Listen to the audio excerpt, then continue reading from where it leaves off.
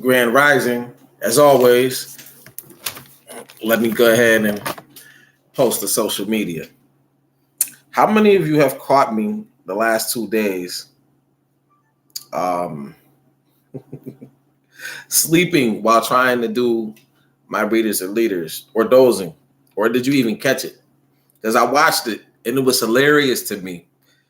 Hilarious not because it's a funny thing, but hilarious in the sense that in trying to lead by example, I'm showing that even in a state of pure tiredness, pure just, I gotta get some rest, I'm still pushing forward, because in this life, especially if you're a black man or woman, you must, like, it's a requirement. I promise you, to get the success you deserve and the protection you need, you're gonna have to push yourself to the edge.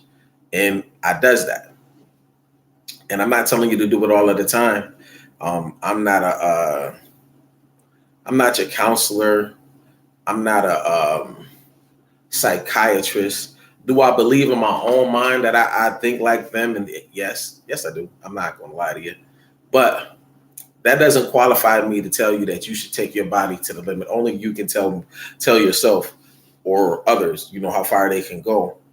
But I do believe that we have to go a little further, a little longer, a little harder than most ever will, because we're behind.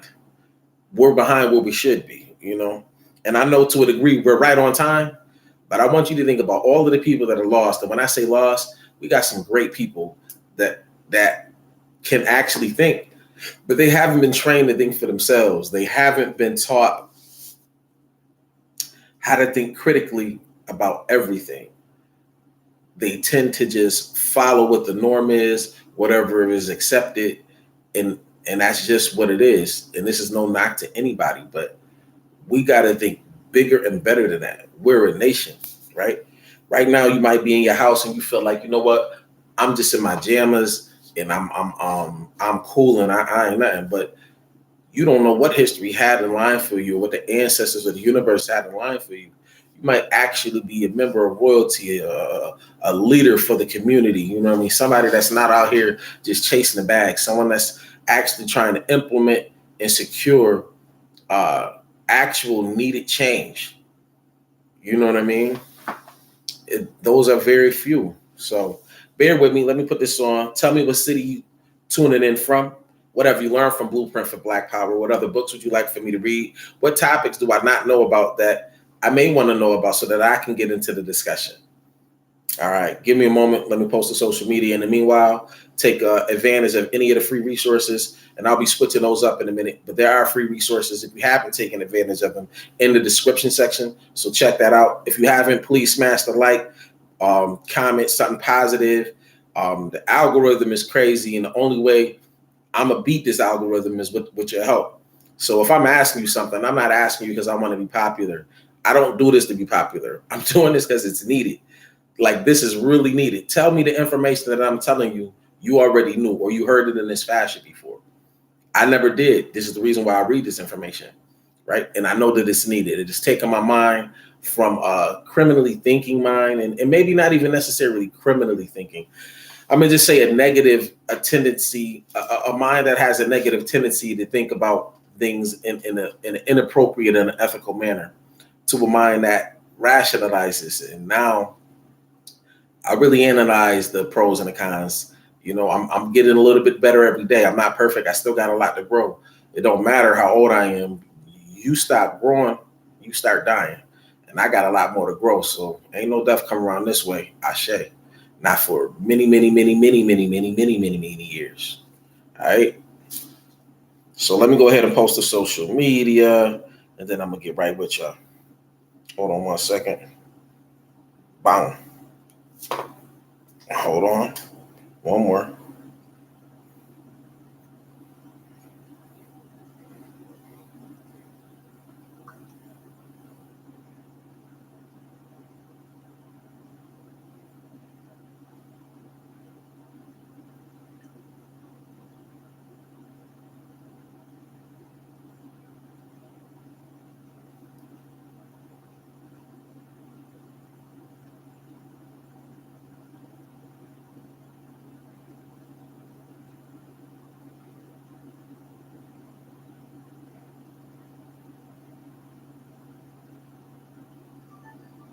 I want to count down at least one more to go. I ain't gonna go bananas like I did the other day. I don't even remember what I was doing, but I think I did a little bit too much.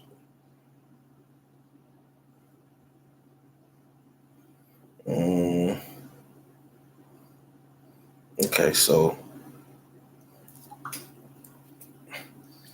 what city are you tuning in from? Again, I'm just posting this right here real quick. Awesome. If you're in Buffalo, New York, especially my man Mook, my neighbor, if I was supposed to call you when I got here, please charge it to my mind, not my heart. I definitely forgot. I've been very busy. I got a lot of stuff to do, and it's a good thing that I do because I'm not trying to do anything. I'm on my way to completing some of the things I set out to do, to achieving and attaining them. So I'm doing the right thing.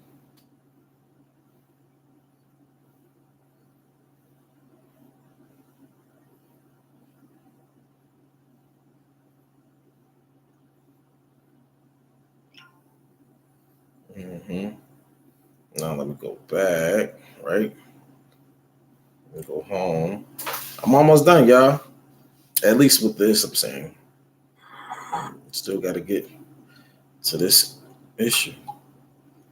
Yeah, and forgive me if yesterday. Are you serious? I got to do it again, y'all. I'm sorry.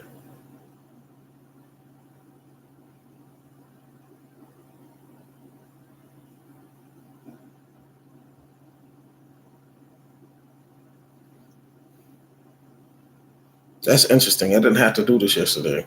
But I see every day they just switch up a little bit on me, depending on what's good. All right. So now, let me shut that down. Let me come back over here. Let me get this going.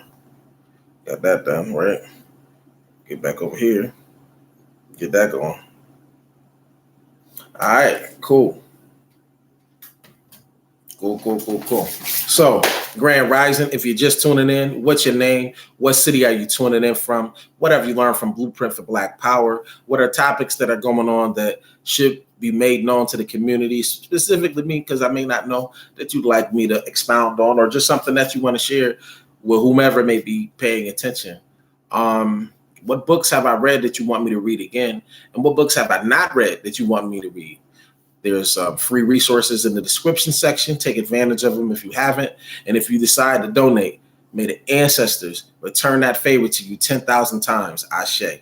With that being said, let's hop right on in to part 20 in chapter 7, which I should have finished yesterday, Blueprint for Black Power.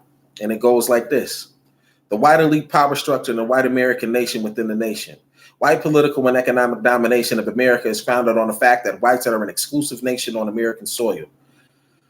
They are organized as a state within a state, having firmly established their own political system and central government, their own economic system, cultural and social institutions, and hierarchical social class structure.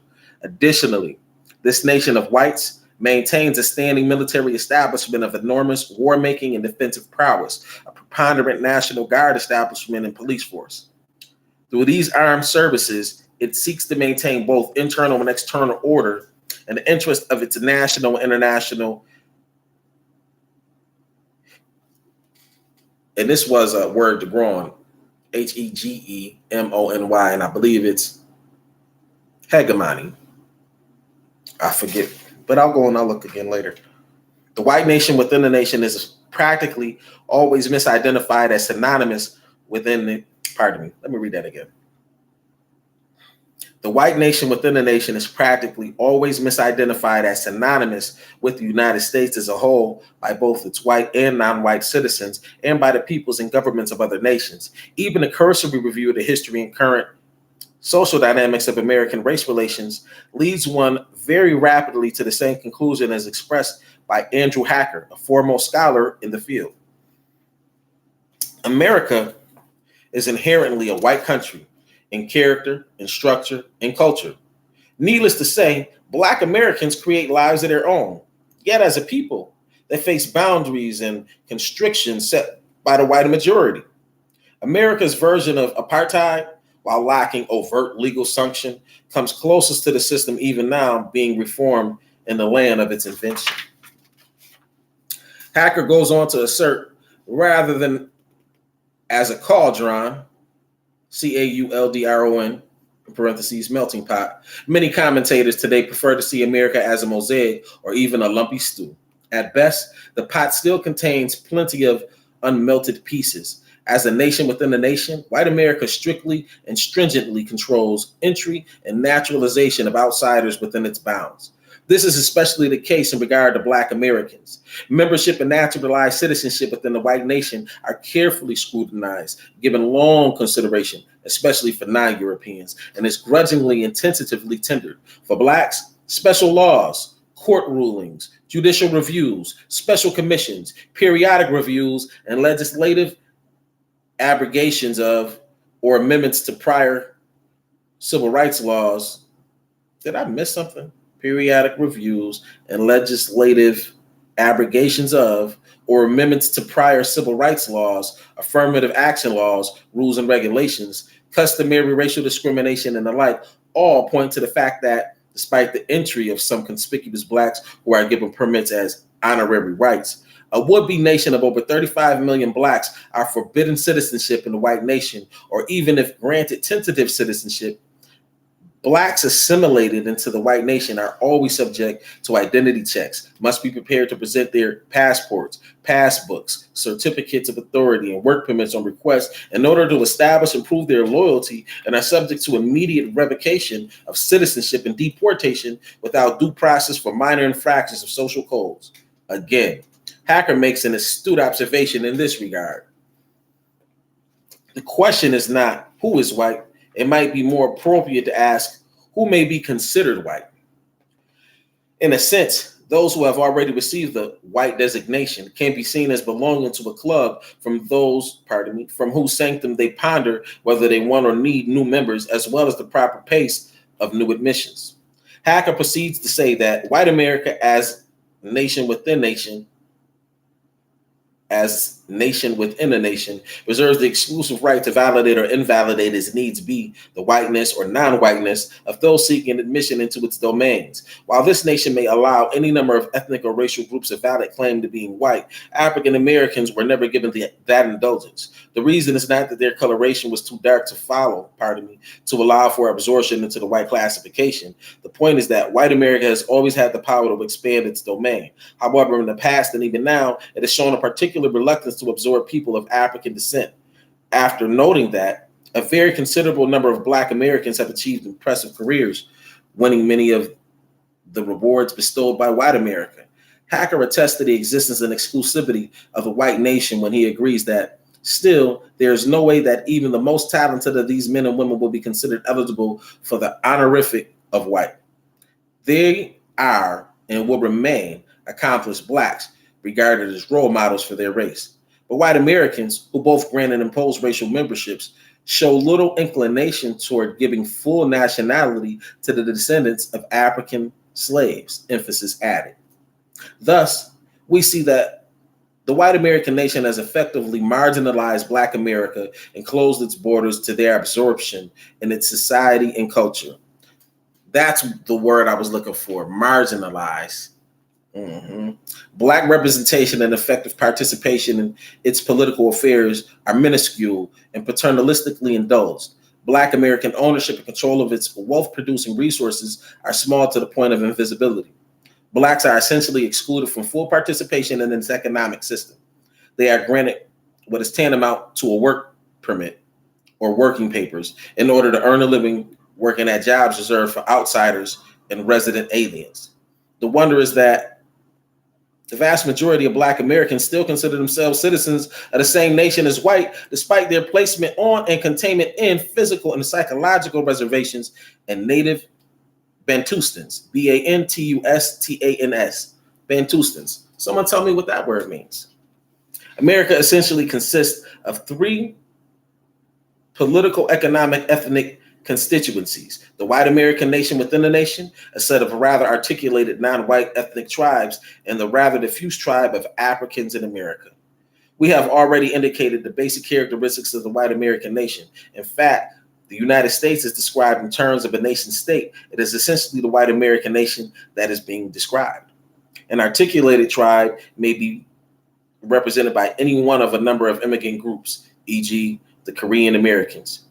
In this instance, we have a group organized around cohesive families or kinship groups, land or communities, and confederations with formal power organizations extending beyond family ties. The articulate nature of these groups devolves from their high levels of group and cultural identity, group and class consciousness, racial ethnic exclusiveness, their relatively high level of intergroup cooperativeness and self-sufficiency, economic assertiveness, and manipulistic business practices.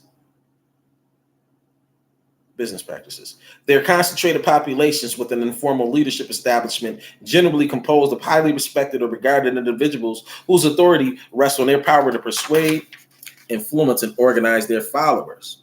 Authority and leadership status is generally attained by personal achievements and ability, and is often as the result of the leading important cultural institutions such as economic enterprises and or religious establishments. The articular tribal arrangement may yield relatively high levels of economic subsistence or surplus. In the United States, any group which achieves substantial economic surplus combined with cohesive economic political organization and distinctive group consciousness and identity can and does exert power and influence beyond their actual numbers in the general national population. An economically enriched, articulate tribe can use its leverage to significantly influence the actions and attitudes of the dominant white American nation, and perhaps make deep inroads into its social, economic, and political infrastructure. Ultimately, some of these tribal groups may be truly assimilated into the white American nation. The African American community at this juncture in history is essentially a diffuse tribal grouping. This implies that it exhibits a number of inadequate, relatively weak, poorly focused, and organized power organizations which extend beyond family ties and community groups. Its sense of self-identity, self-awareness, and African-centered consciousness is unstable, tenuous, and basically reactionary, meaning that its self-definition is arrived at more by default than by considered intent, more by its marginalization from and domination by the white nation than by a proactive, proud form of self-expression or self-actualization. It therefore operates around relatively low levels of group and cultural identity, group and class consciousness. Its racial ethnic boundaries are extremely porous and over-inclusive. Its relatively low level of intragroup cooperativeness, mutual support, and self-sufficiency, its economic dependency, relatively low level of entrepreneurial drive and accomplishment, and the lack of control of any economic riches, its concentrated populations, poorly served by a generally assimilationist, preacher-led, informal leadership establishment, dissipates, squanders, underdevelops, and stunts its enormous economic political potential. This rather amorphous, reluctant tribal arrangement and the weak ambivalent consciousness it generates, and which in turn generates it, yields relatively low levels of economic surplus and political power for its own benefit. Its economic earnings and surpluses, which if conserved for its own uses would be quite large on a world scale due to its diffuse organization, are rapidly withdrawn from it, primarily by the exploitive white nation which dominates it, and secondarily by other more articulate tribal ethnic groups such as the South Koreans. The amorphous tribal nature of the Africans and American community vitiates its capacity to develop and conserve an economic surplus, and thereby destroys its ability to achieve a cohesive, economically and politically well-organized community with a clear, proactive community consciousness and identity. Consequently, it has failed thus far to realize and exert its full power and influence to gain its complete liberation, independence, prosperity, and self-respect. The most effective organization for the generation and delivery of Black power in the United States and the world would be a nation-state organization to counter that of the white American nation-state, as well as the articulated tribal organizations of other immigrant and ethnic groups. Next to the nation-state stands the articulated tribal state as an effective power vehicle for African Americans. Why? Given their concentrated population, their exclusion from the white American nation, their human resource and economic capacity, have African Americans not used either of these vehicles as the medium of Black power? The scope of this volume will not allow us to pursue the answer to this question in any of the detail it deserves. However, We may summarily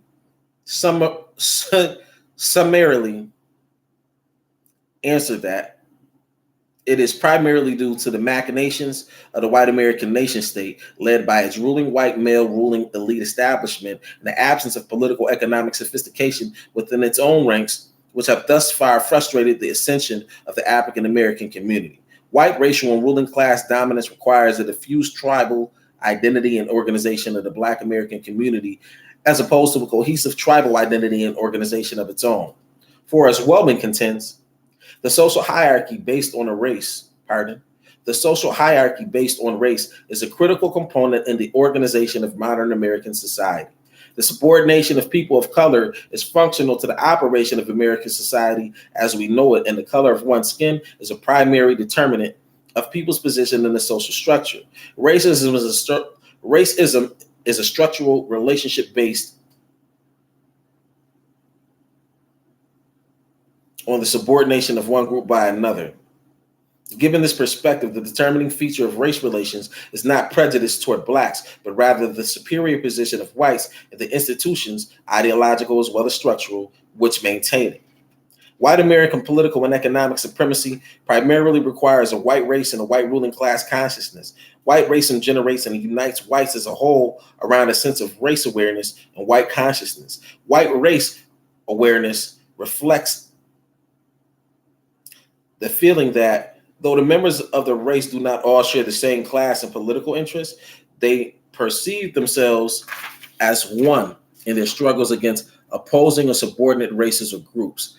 Dye defines class consciousness thusly. Class consciousness is the belief that all members of one social class have similar economic and political interests that are adverse to the interests of other classes and ought to be promoted through common action. White class consciousness is embedded within white race awareness. The level, scope, and integrity of class consciousness varies from one extreme to the other, i.e., while the members of the lower classes in the society may possess class awareness, the sense that they belong to the lower or low-income class, as opposed to the middle and upper classes, they as a class do not always share political interests, feel collective class action is necessary, or see themselves as locked in a struggle against opposing classes. In sum, the lower classes tend to lack a relatively strong sense of class consciousness. However, it is important to keep in mind that whether in reference to the white lower class or in reference to blacks, the weakness of class and race consciousness, respectively, are to a great extent the deliberate result of an ongoing, aggressive, ideological campaign against such consciousness led by a highly class and race-conscious white male elite. At the top of this elite are white businessmen. Businessmen collectively constitute the most class-conscious group in American society. As a class, they are more organized, more easily mobilized, have more facilities for communication, and more like-minded, and are more accustomed to stand together in defense of their privileges than any other group, emphasis added. It is this group, allied with other white elite and not so elite interest groups, whose ownership and control of the most influential political, economic, and socio-cultural institutions, which defines reality and promulgates the values that form the basis of moral judgments, attitudinal and behavioral orientations for the white lower classes and Black Americans of all classes.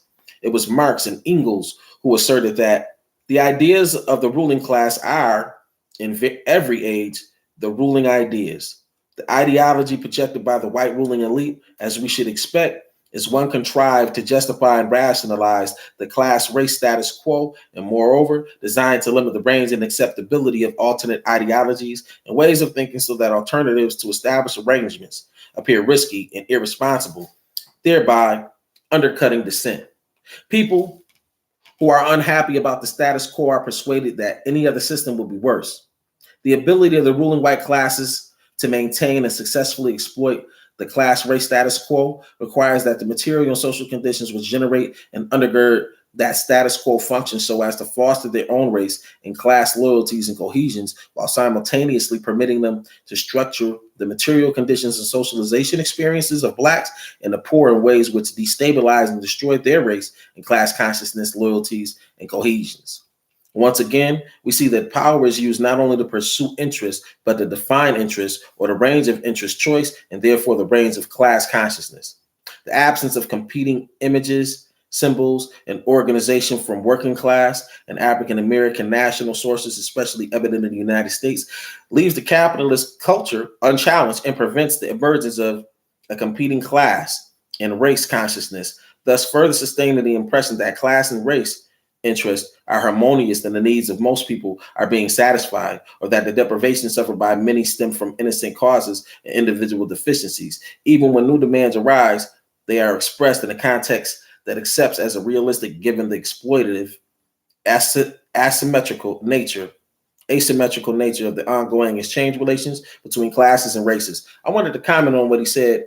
The absence of competing images, symbols, and organization from working class and African American national sources, especially evident in the United States, leaves the capitalist culture unchallenged and prevents the emergence of a competing class and race consciousness. And the reason I wanted to bring that up, a lot of people be asking me about the jewelry that I make. One of the main reasons I make this jewelry is, one, I create it from here, right? I go and I get stuff. I did something this morning. I want to show y'all, but I think I should show y'all the finished product. If I show you right now, you know what? It ain't gonna hurt to show you. But the reason I do these is because we never really see images of ourselves. I gotta put the end piece back together, but I'm not even going to. If you know, you know. But you see how beautiful that is? I'm not finished yet, but I'm almost finished. And the reason it has cowrie shells at the end, because this is the cowrie collection. So the majority of my items will have cowrie shells. Cowrie shells were the first form of currency. They're also good luck and many other things. They were living organisms prior to just being the shell. So there's lots of things that goes with that. But the reason I say that is because I want to remind people of who they are. You're not going to do that if the enemy always fills your mind, your senses, with all their images. So this is my way of sort of fighting back. And when people donate or purchase from me, they allow me to go into, I take about 1/5 of everything I earn and I put it right back into the business. I'm not even playing around at all. Not at all. The man that taught me, he does this. You know what I mean? And he taught me and I does it. So that's why you see me with certain things. And I'm not really, I do like gold. I like silver, and I may get a chain or something. But what's going to happen when I learn how to manipulate that gold and that silver? Imagine what I'm going to be doing. And it's coming. Remember, I said it. It's coming. I'm going to just keep perfecting my craft.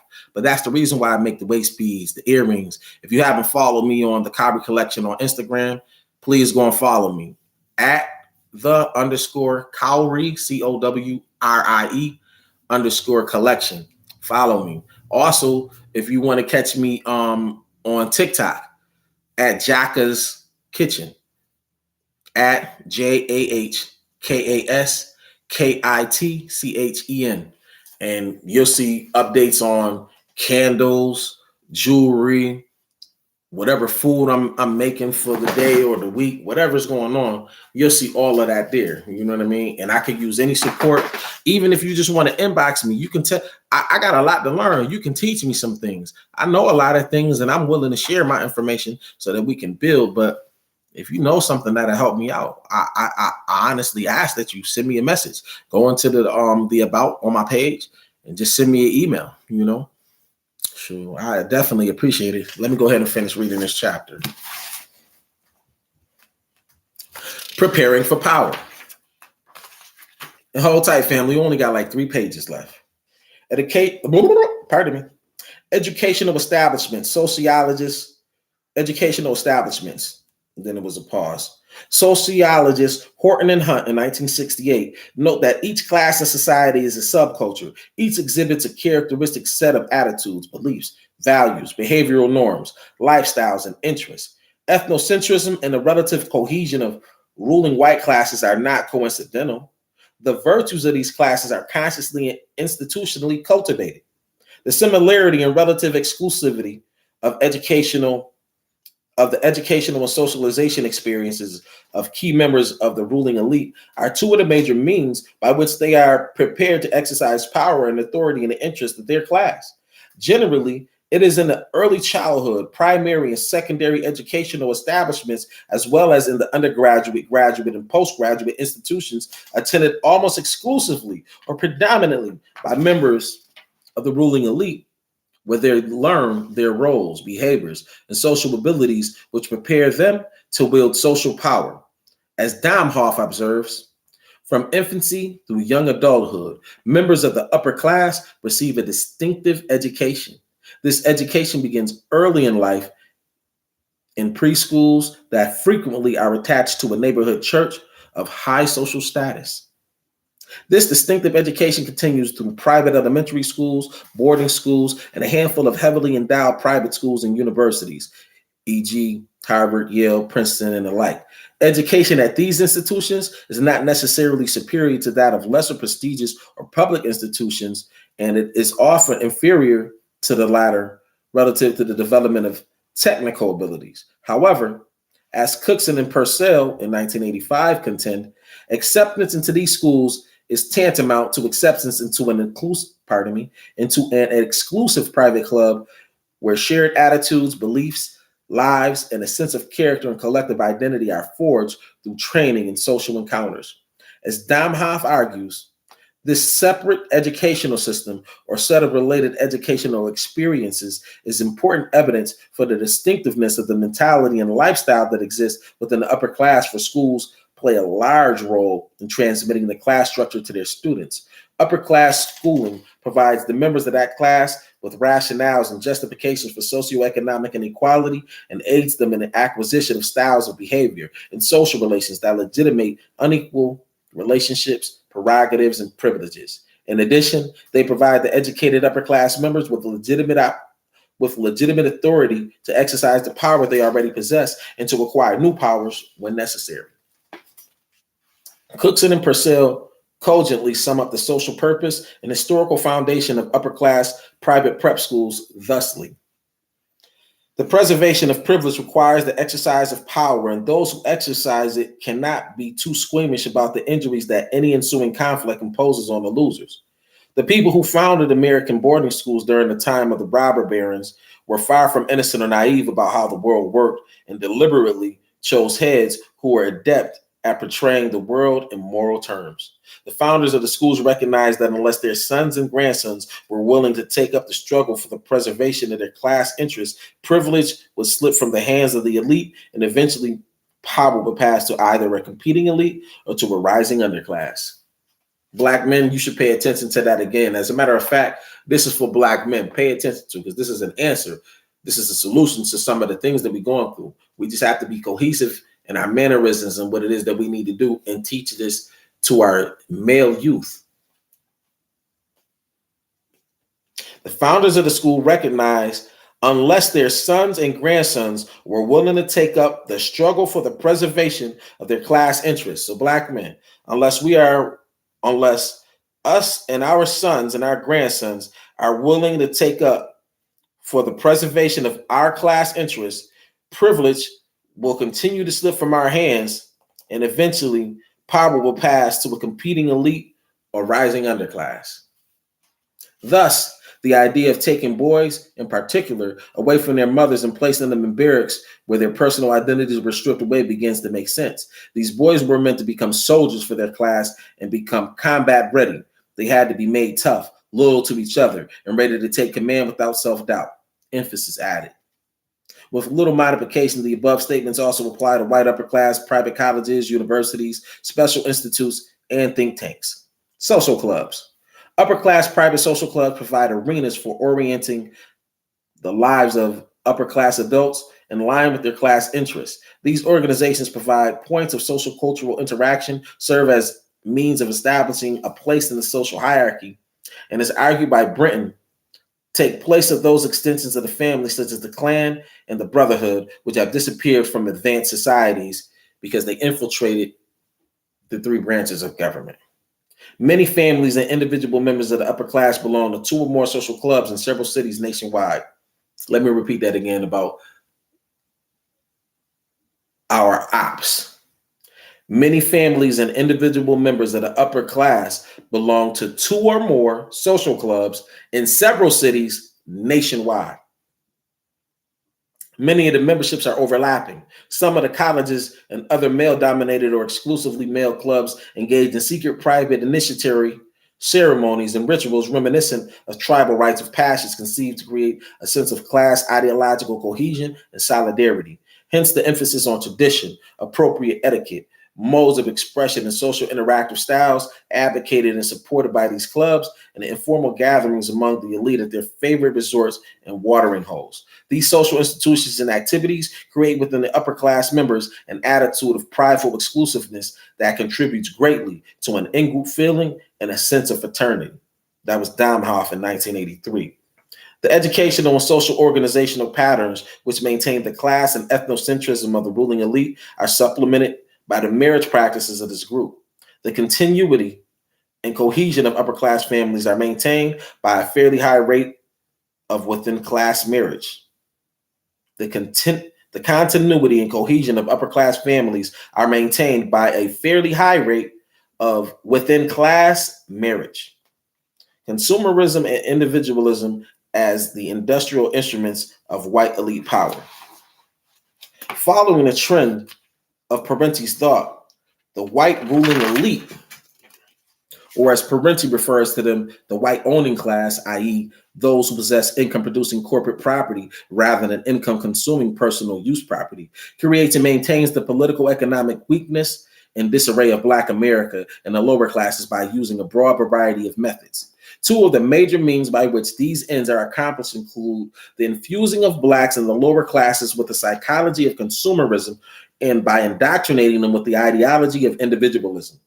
Under the hypnotic influence of consumerism propagated by the white elite-controlled major media and socialization institutions and social media, overconsumption provides meaning and definition for life for the lower orders.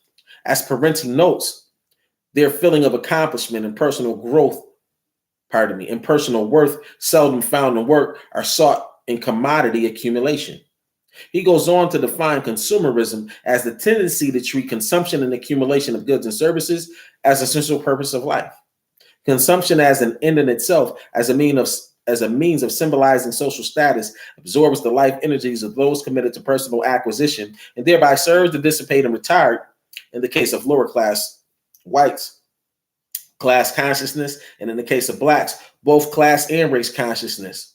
Parenti recognizes that under capitalism, the acquisitive impulse is constantly instigated and developed into a life imperative that cannot easily be put to rest. The consumerist's life becomes focused and bounded by his obsessive devotion to social economic success and psychophysical passions and satisfactions, caught up in or carried away by the unrelenting struggle for survival or insatiable status-striving drives, communal and social goals, caught up in or carried away by the unrelenting struggle for survival or insatiable status-driving drives, communal and social goals receive little consideration and low priority.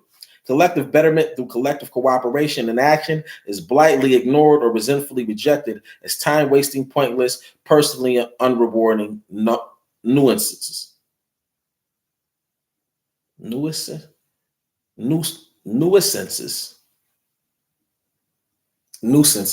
I believe that's the way it's pronounced. I don't think they spelled it right. I could be wrong though. But let me repeat this part again because it's very important. And if we get this, we got it. Collective betterment through collective cooperation and action is what we need. The ideological individualism with which Black and lower class America is indoctrinated by the white ruling elite, and the ideological individualism with which Black and lower class America is indoctrinated by the white ruling elite, an ideology which it does not apply to itself, is designed to atomize those collective groups into aggregations of individuals, each of whom is almost exclusively concerned with his or her private or personal interest in life in opposition to the collective social interest in life of the group as a whole. The ideological pabulum of individualism fed to Black America produces in that community concept of the individual as one who exists, something abstracted from a social matrix apart from the web of tasks, obligations, affections, and collective relationships which give people their identities, their social meaning, and their experience of humanity and of themselves. This privately defined, socially abstract de-racialized, de-ethnicized individualism is perfectly designed to induce a false and self-defeating, alienated state of consciousness in the members of the African and American community in order to sap its vitality and potential. Furthermore, it functions to induce and motivate in African Americans the behaviors, attitudes, and social relations which perpetuate their own subordination, which at the same time and by the same means support and empower the racist status quo, thereby making the African-centered collective overthrow of white power an impossibility. Get it together or forget it forever. We need collective betterment through collective cooperation and action. So I ask you to attend the Frank E. Merriweather Library on Mondays, anytime that the library is open, from 4 p.m. to 6 p.m. Bring your father, bring your mother, bring your grandmother, your grandfather, your aunts, your uncles, your children, your nieces, your nephews, your friends, your co-workers. Let's get it together. Let's get it together. Oh, by the way, if you got time today and you're in Buffalo, New York, do me a favor. Stop by Baba Tony's Images of You on Jefferson Avenue, across the street from the Apollo, 1535 Jefferson Avenue, and just go buy some incense from the brother, or buy a chain from him, or buy something for your living the dining room. Please support Baba Tony, man. That's my guys, and I wanted to shout him out. I didn't get a chance to see him when I went up there this weekend, but if I didn't get to see you, don't think it's over. Nah, we just getting started. Yeah, we just getting started. So I hope that you enjoyed your reading today. I hope that your today is great, and may your tomorrow be greater. Race first at all times, and at all times, race first. Hotep family. See you on the next one.